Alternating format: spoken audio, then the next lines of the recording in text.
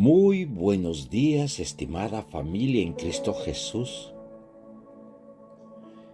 Qué gratitud es la de nuestro Dios para nuestra vida aquí en la tierra.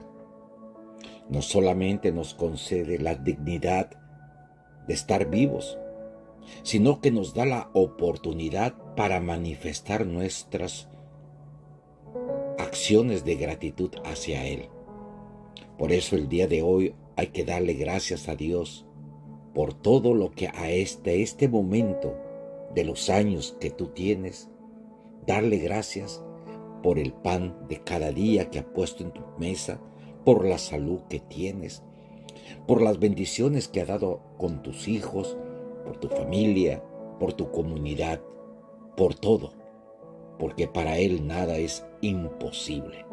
Simplemente nos pide que seamos sinceros y honestos en esa perseverancia para conseguir todo lo que en amor Él nos quiera conceder. Como siempre le pido al Espíritu Santo que esta revelación a través de su palabra nos conlleve a sentir una epifanía en nuestros corazones. Asimismo le pido, bajo la poderosa intercesión de María, nuestra Madre, que nos haga ver en verdad y en espíritu el rostro de su Hijo en nuestro diario caminar, en el hermano, en el prójimo a quien vemos. Y nos cubrimos con la sangre del Cordero en el nombre del Padre, del Hijo y del Espíritu Santo. Amén. Pentecostés, hablar del Espíritu Santo, hay demasiado. Hay tratados. Fui a una biblioteca y hay más de 58 libros. Imagínense.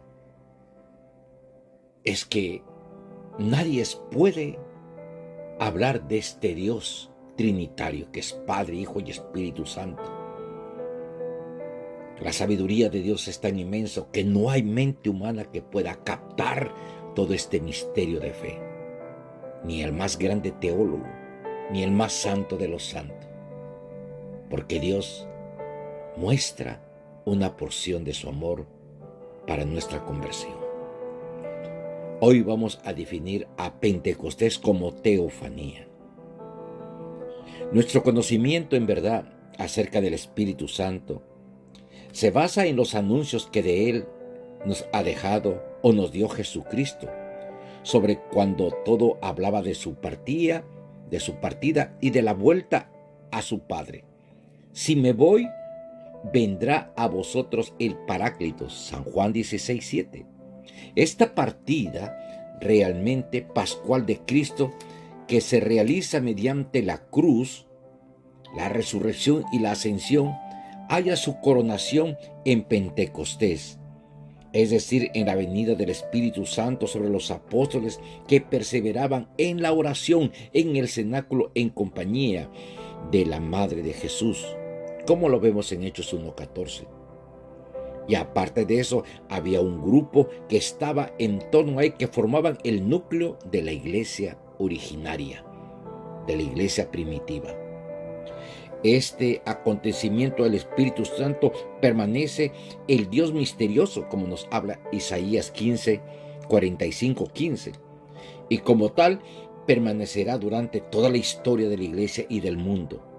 Se podría decir que Él está escondido en la sombra de Cristo, el Hijo Verbo consustancial con el Padre, que de forma visible se hizo carne y puso su morada entre nosotros. San Juan 1:14.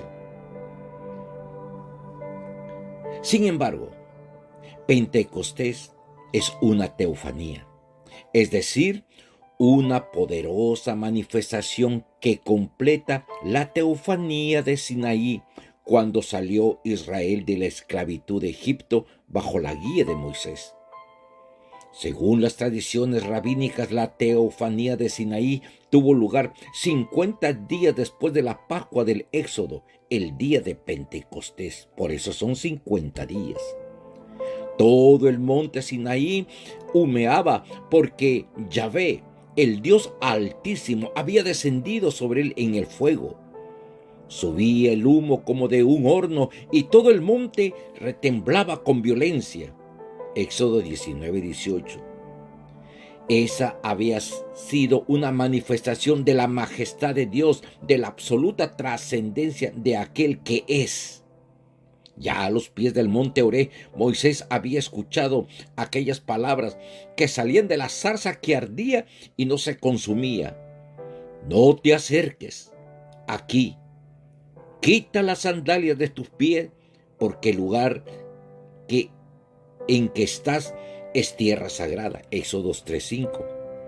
Y a los pies de Sinaí el Señor le ordenó: baja y conjura al pueblo que no traspase los lindes para ver a Yahvé, porque morirían muchos de ellos. Éxodo 19:21. La teofanía de Pentecostés es el punto de llegada de una serie de manifestaciones con que Dios se ha dado a conocer progresivamente al hombre. Con ella alcanza su culmen aquella autorrevelación de Dios mediante la que Él ha querido infundir a su pueblo la fe en su majestad y trascendencia. ¿Y sabe cuándo fue? Cuando nos presentó al Emmanuel, que significa Dios con nosotros, Cristo, su amado Hijo.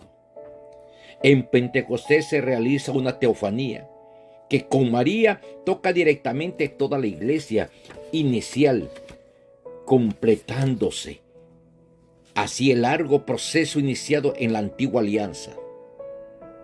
Si uno analiza los acontecimientos del cenáculo, como nos presenta Hechos de los Apóstoles en el capítulo 2, versículos del 1 al 13, encontramos que hay una diversidad de elementos que nos recuerdan a las teofanías precedentes, sobre todo las de Sinaí, que San Lucas parece tener presente al describir la venida del Espíritu Santo. La teofanía del cenáculo, según la descripción de San Lucas, se realiza mediante fenómenos semejantes a los de Sinaí. En Hechos 2 del 1 al 4 nos dice la palabra del Señor: al llegar el día de Pentecostés, estaban todos reunidos en un mismo lugar. De repente vino del cielo un ruido como el de una ráfaga de viento impetuoso que llenó toda la casa en la que se encontraba. Se les aparecieron unas lenguas de fuego que se repartían y se posaron sobre sus cabezas, y era el Espíritu Santo. Y se pusieron a hablar en otras lenguas según el Espíritu les concedía expresar. Aquí vemos tres elementos. 1, el ruido del viento. 2, las lenguas de fuego. Y 3, el carisma del lenguaje. Todos estos ricos por su valor simbólico y teológico que conviene analizar. El viento, el ruido del viento, por ejemplo. Un ruido como el de una ráfaga de viento impetuoso. Desde el punto de vista lingüístico aflora aquí la afinidad entre el viento, el soplo, o sea, el ruá, y el espíritu en hebreo, así como el griego para decir viento se usa la misma palabra que para infundir ruá, neuma, como leemos en el libro de Génesis 1:2. Un viento de Dios aleteaba por encima de las aguas. Y el Evangelio según San Juan nos dice: el viento neuma sopla donde quiere, Juan 3:8, y como quiere. ¿Te acuerdas de tu conversión? El ruá del Señor sopló para llevarte en la dirección que Él quería, para que entendieras que eras un hijo muy amado de aquel que un día había dado su vida en la cruz. Y esto nos persuadió y comenzamos en nuestro corazón a actuar haciendo buenas obras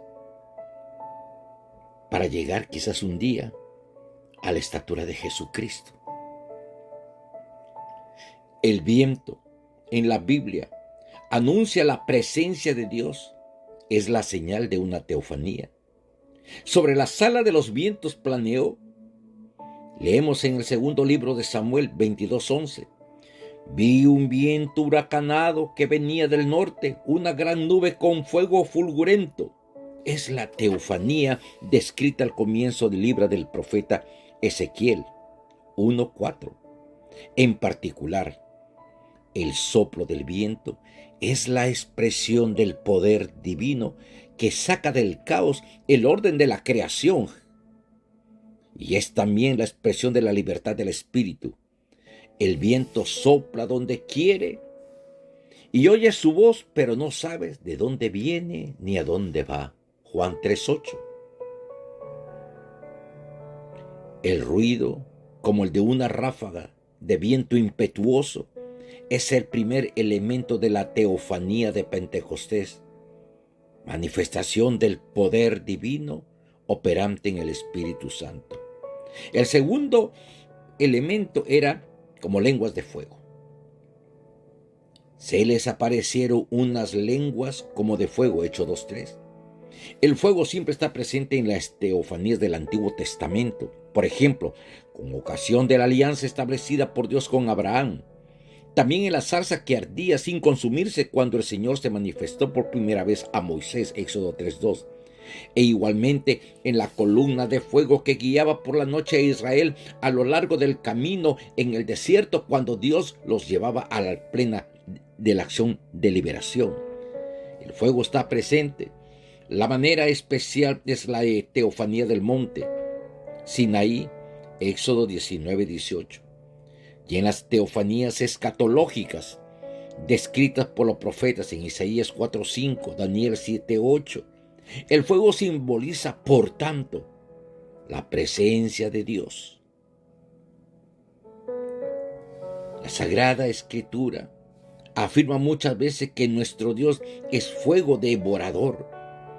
En los ritos de holocausto, lo más importante no era la destrucción del objeto ofrecido, sino más bien el suave perfume que simbolizaba el elevarse de la ofrenda hacia Dios, mientras el fuego, llamado también ministro de Dios, simbolizaba la purificación del hombre, del pecado, así como la plata es purificada y el oro es probado en el fuego.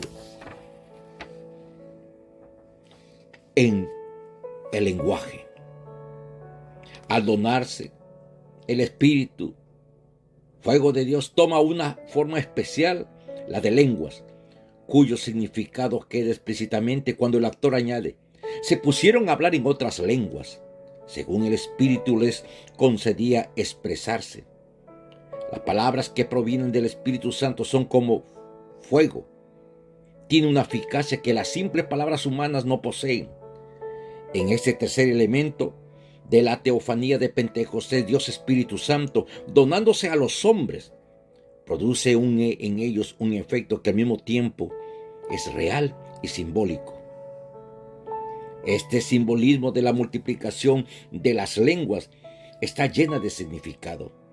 Según la Biblia, la universidad de lenguas era señal de la multiplicidad de los pueblos y de las naciones, más aún en su dispersión tras la construcción de la Torre de Babel, cuando la única lengua común y comprendida por todos se desgregó en muchas lenguas y no se entendieron. Porque el lenguaje de Dios es el amor. Y nadie puede superar al amor que Dios tiene por su criatura. El amor es la nueva obra del Espíritu Santo, que mediante los apóstoles y la iglesia lleva a la unidad espiritual. Construyamos levantando altares grandes hacia Dios y no la acción del egoísmo que impera en el corazón del hombre. Le pido a mi Señor que realmente esta teofanía se haga realidad en esta vida, que se nos aparezca el Verbo encarnado para decirnos quizás a cada uno que andamos en problema: ánimo, que yo estoy contigo. Con mucho cariño, un mensaje de amor y de esperanza de parte de su hermano César Coronado del Ministerio de Evangelización Oasis. Y les recuerdo que den el clip para realmente contar con su apoyo y de esta manera continuar evangelizando. Que Dios me los bendiga. Bendiciones. Amén.